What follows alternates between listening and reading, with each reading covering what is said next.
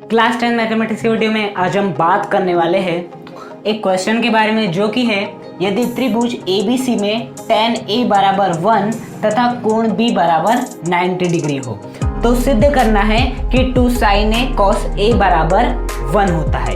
ये बेसिकली आप अपनी बुक में देखेंगे तो बुक में भी ये वाला क्वेश्चन आपको मिल जाएगा। ओके, तो सबसे पहले आपको एक त्रिभुज ABC बनाना है जिसमें कि आपको जो कोण B रखना है वो क्या रखना है, बेसिकली आपको 90 डिग्री रखना है। क्या रखना है? 90 डिग्री रखना है।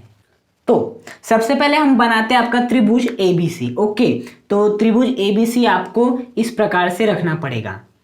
अब आप सोचेंगे कि हम त्रिभुज ABC को समकोण टाइप का क्यों बना रहे हैं, हम ऐसा भी तो बना सकते हैं। आप ही सोचिए, यदि मैं त्रिभुज ABC को ऐसा बनाऊंगा तो कहीं पर क्या आपका 90 डिग्री बन पाएगा? नहीं बन पाएगा। और क्वेश्चन ने हमें बोला है कि कोण B बराबर क्या दिया आपको? 90 डिग्री। मतलब अब हमें समकोण त्रिभुज ही बनाना पड़ेगा, क्योंकि समकोण त्रिभुज में जो एक एंगल होता है वो जरूर 90 डिग्री का होता है, और वो एंगल यहाँ पर क्या है? बेसिकली ये है।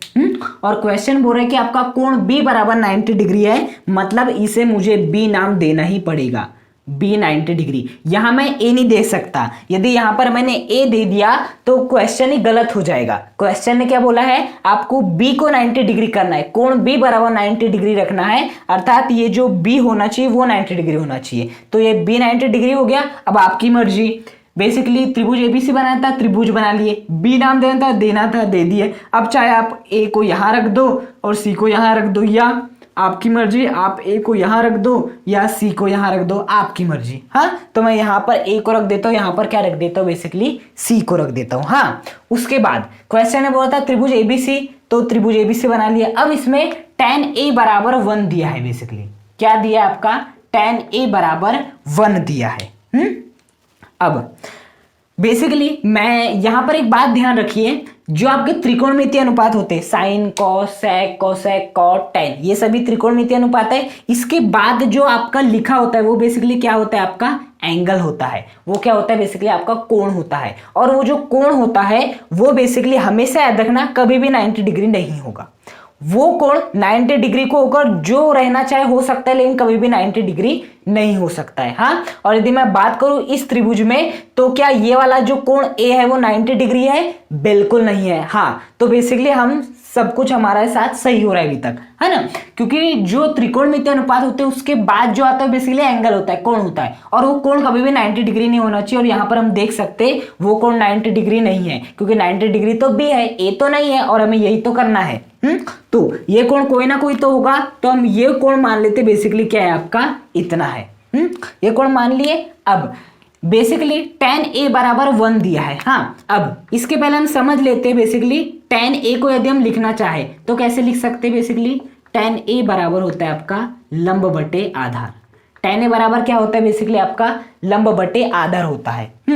अब यदि मैं बात करूं इस त्रिभुज में, तो बताइए इस त्रिभुज में लंब क्या है और बेसिकली आपका आधार क्या है? हाँ, तो हमेशा याद रखिए ये जो एंगल बनता है, जो कोण बनता है, इसके सामने वाली भुजा क्या होती है? बेसिकली आपका लंब होती है। और बेसिकली ये जो आपका 90 डिग्री जहां पर भी बनता है उसके सामने वाली भुजा सदैव क्या होती है? कर्ण होती है। ये मैंने आपको पिछले वीडियो में बताया हुआ, ऊपर आई टैब में जाकर आप देख सकते हैं। हाँ, ये हो गया लंब, ये हो गया कर्ण। तो अब ऐसी बात है, नीचे वाला क्या होगा? आपका आधार होगा। हाँ, तो हमेशा देखना लंब को पहचानने का तरीका, ये जो एंगल बन रहा है उसके सामने वाली भुजा लंब। कर्ण हमेशा याद रखना, जो 90 डिग्री जहां पर भी एंगल बनता है उसके सामने वाली भुजा कर्ण होती है। लंब पता चल गया, कर्ण पता चल गया, आधार आसानी से पता लगा सकते हो। हाँ, तो बेसिकली लंब क्या है? आपका BC है।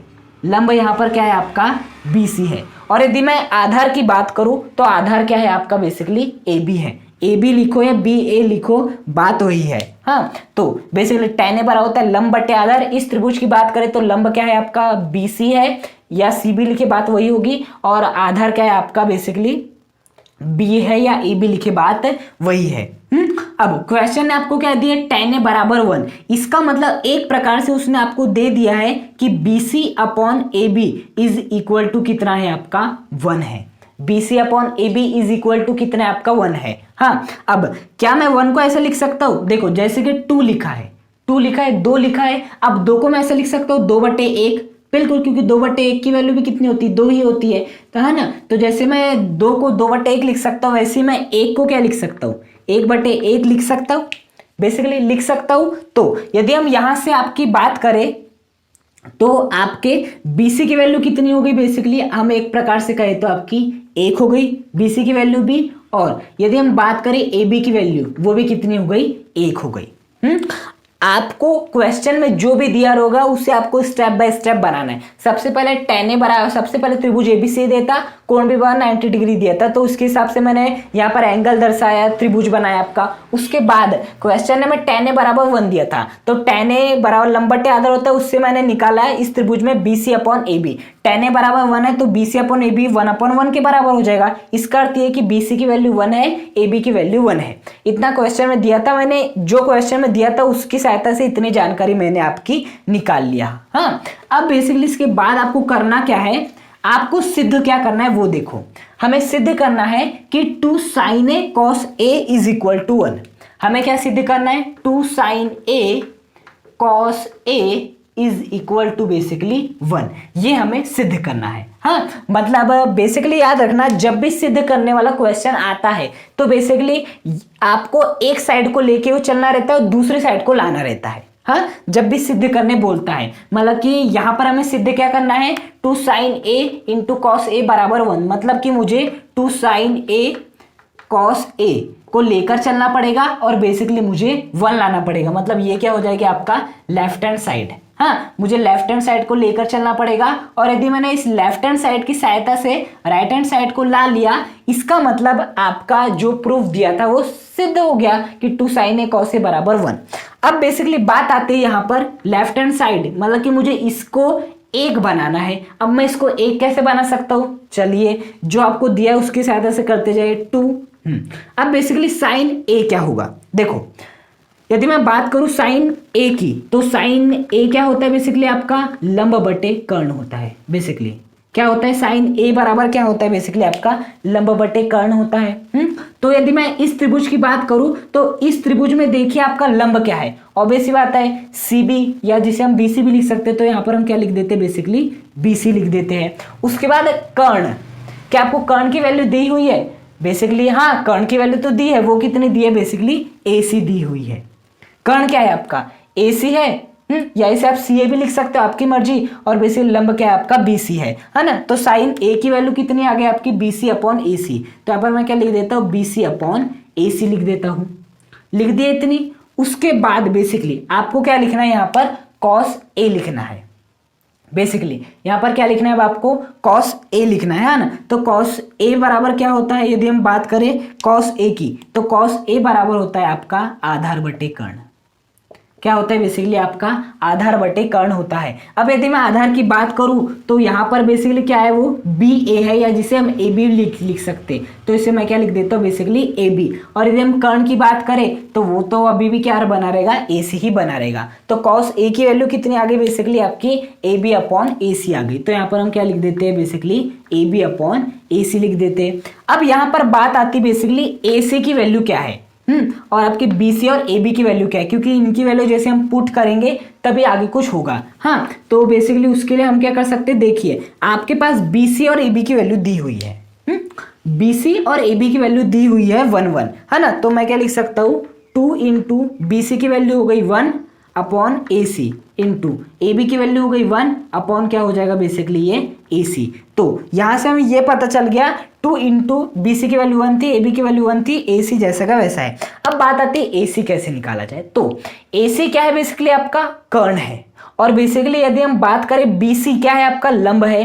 और यदि हम बात करें AB क्या है, आपका आधार है। आपको लंब दिया है, आपको आधार दिया, आपको कर्ण की वैल्यू निकालना है। ये कैसा त्रिभुज है, समकोण त्रिभुज है। कौन सा प्रमेय लग सकता है, पाइथागोरस प्रमेय लग सकता है। अब हम पाइथागोरस प्रमेय भी क्यों लगा रहे हैं, क्योंकि हमें यहाँ पर AC की वैल्यू निकालना है। यदि हमें AC की वैल्यू नहीं निकालना होता तो हम पाइथागोरस प्रमेय नहीं लगाते, लेकिन हमें AC की वैल्यू निकालना, इसलिए हमें क्या लगाना पड़ेगा, पाइथागोरस प्रमेय लगाना पड़ेगा। तो अब हमारा पूरा जो ध्यान होना चाहिए वो किस पर होना चाहिए, बेसिकली कर्ण आता है AC की वैल्यू निकालने के लिए। और उसकी वैल्यू निकालने के लिए हम सूत्र लगाएंगे पाइथागोरस प्रमेय का, कर्ण स्क्वायर बराबर लंब स्क्वायर धन आधार स्क्वायर। यही तो होता है आपका पाइथागोरस प्रमेय। देखिए मैथमेटिक्स यदि आपको अच्छे से बनानी तो कॉन्सेप्ट समझना पड़ेगा। कॉन्सेप्ट समझने का मतलब है कि हम ये स्टेप कर रहे हैं तो क्यों कर रहे हैं, हमें करने की आवश्यकता क्यों पड़ी, यहाँ पर हम पाइथागोरस प्रमेय क्यों लगा रहे हैं, यहाँ पर हमने BCAB के वैल्यू क्यों निकाले, क्योंकि यहाँ पर हमें जरूरत पड़नी थी।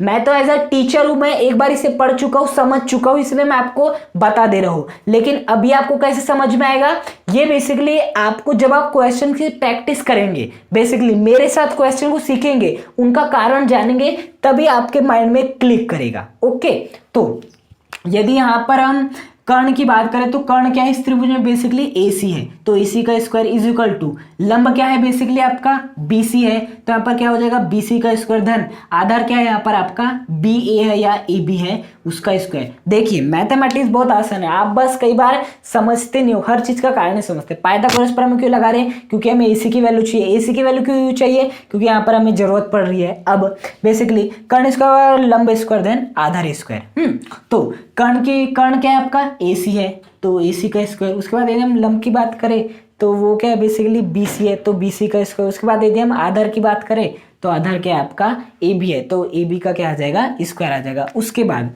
अब हम क्या करते हैं, बारी बारी से इनका मान लिखना स्टार्ट करते हैं। हाँ, तो BC की वैल्यू कितनी है, यहाँ पर आप है आपका BC, इस BC की वैल्यू कितनी है आपकी 1 है, तो यहाँ पर हम क्या कर देंगे बेसिकली 1 का स्क्वायर प्लस AB, कहाँ गया आपका AB, ये है आपका AB। अब इस AB की वैल्यू कितनी दी आपका 1 दी है, तो यहाँ पर क्या आ जाएगा बेसिकली आपका 1 का स्क्वायर। अब इसे सॉल्व कर लेते हैं। 1 का स्क्वायर कितना हो जाएगा आपका 1 ही हो जाएगा, ये वाले 1 का स्क्वायर भी कितना हो जाएगा आपका 1 ही हो जाएगा। 1 + 1 इज इक्वल कितना होता है आपका बेसिकली 2 होता है। 1 + 1 कितना होता है आपका 2 होता है। तो यहाँ से आपका AC स्क्वायर किसके बराबर आ गया 2 के बराबर आ गया। अब बताओ बेसिकली हमें AC की वैल्यू निकालनी थी या AC स्क्वायर की वैल्यू निकालनी थी, हमें AC की वैल्यू निकालनी थी। हाँ, तो इस स्थिति में हम क्या कर देते हैं, दोनों ओर क्या ले लेते हैं बेसिकली वर्गमूल ले लेते हैं। क्या ले लेते हैं, वर्गमूल ले लेते हैं। हाँ, वर्गमूल लेने से क्या होता है, ये बेसिकली 2 से ये वर्गमूल क्या हो जाएगा कैंसिल हो जाएगा। क्या हो जाएगा यहाँ पर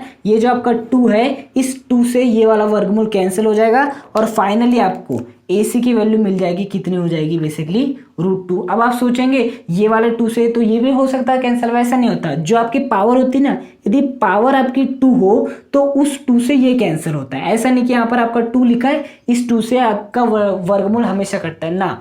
यदि कोई भी संख्या है उसके ऊपर यदि वर्ग लिखा हो तो उस वर्ग से ये वाला आपका वर्गमूल कैंसिल हो जाता है ना। जैसे कि यहाँ पर AC के ऊपर वर्ग था तो इस वर्ग से ये वर्गमूल आपका कैंसिल हो गया, लेकिन यहाँ पर 2 के ऊपर वर्ग नहीं था तो इस वर्ग से आपका वर्गमूल कैंसिल नहीं हुआ। तो फाइनली बेसिकली यहाँ से AC की वैल्यू कितनी आ गई आपकी √2 आ गई। तो बेसिकली हमें AC की तो वैल्यू चाहिए थी, तो यहाँ पर हम AC के स्थान पे क्या रख देते हैं बेसिकली √2 रख देते हैं। यहाँ पर भी AC के स्थान पे क्या रख देते हैं बेसिकली आपका √2 रख देते हैं। अब क्या कर लेते हैं, इससे बस सॉल्व कर लेते हैं। हाँ, तो 2 × 1/√2 × 1/√2, बस इसे क्या करना है हमें आगे सॉल्व करना है। तो देखो यहाँ से क्या हो जाएगा 2 × 1, 1 × 1 कितना होता है 1 ही होता है। और यदि हम बात करें √2 × √2 ये कितना हो जाता है बेसिकली आपका 2 हो जाता है। जैसे कि कहीं लिखा है वर्गमूल A × वर्गमूल A इज इक्वल टू होता है बेसिकली आपका A होता है। हाँ, मतलब कि वर्गमूल के अंदर यदि समान राशि हो, यहाँ पर भी वर्गमूल के अंदर A था, यहाँ पर वर्गमूल के अंदर A था, तो यदि आप इन दोनों का गुणा करते तो आपको बेसिकली वही राशि मिल जाती। जैसे यहाँ पर वर्गमूल के अंदर 2 था, इस वर्गमूल के अंदर भी 2 था, तो जब हम इन दोनों का इंटू करेंगे तो आपको बेसिकली वही राशि मिल जाएगी। ऊपर का इंटू ऊपर से किए 1 × 1 1 √2 अर्थात वर्गमूल 2 गुणा वर्गमूल 2 कितना हो जाएगा 2 हो जाएगा। 2 से 2 बेसिकली क्या हो जाएगा कैंसिल हो जाएगा और फाइनली आपका आंसर कितना हो जाएगा 1 आ जाएगा। और यदि हम बात करें 1 क्या है बेसिकली आपका राइट हैंड साइड है, और यही तो हमें करना था। हमें क्या करना था, left hand side is equal to right hand side, हमें करना था 2 sin A cos A is equal to 1 लाना था। तो उसके लिए हम क्या करिए, ये जो आपका लेफ्ट हैंड साइड था 2 sin A cos A उसे लेकर चले और हमने राइट हैंड साइड अर्थात 1 को ला लिए। तो ये हमें इस प्रकार से ये क्या हो गया सिद्ध हो गया। हाँ, तो बस इस प्रकार से आपका क्वेश्चन बनेगा। इस प्रकार से आपको जितने भी आपके डिफरेंट क्वेश्चन दिए आपकी बुक्स में, उन सभी क्वेश्चन को क्या करना है सॉल्व करना है।